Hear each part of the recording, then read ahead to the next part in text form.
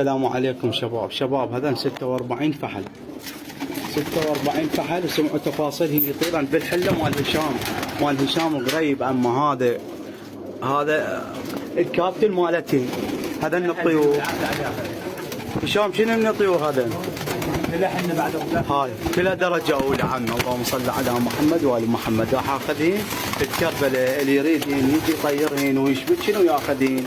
هاي الطيور فيها هذا الارفل باسود وفيها هذا الاشعل وهذا الكمرلي. اثنين كمرليات. هذا واحد عقبته شوفوا يعني زوج نياشين بيها. هاي الطيور ايه كمرلموني شلون. هاي الطيور كلها حنيات بس هذا على مود الهوائيه ما تنشاف بيها عمي. هذا الاحمر وبعد وين هذا الدم. وهذا هو بين. هاي طيور صغار يا بنات هشام.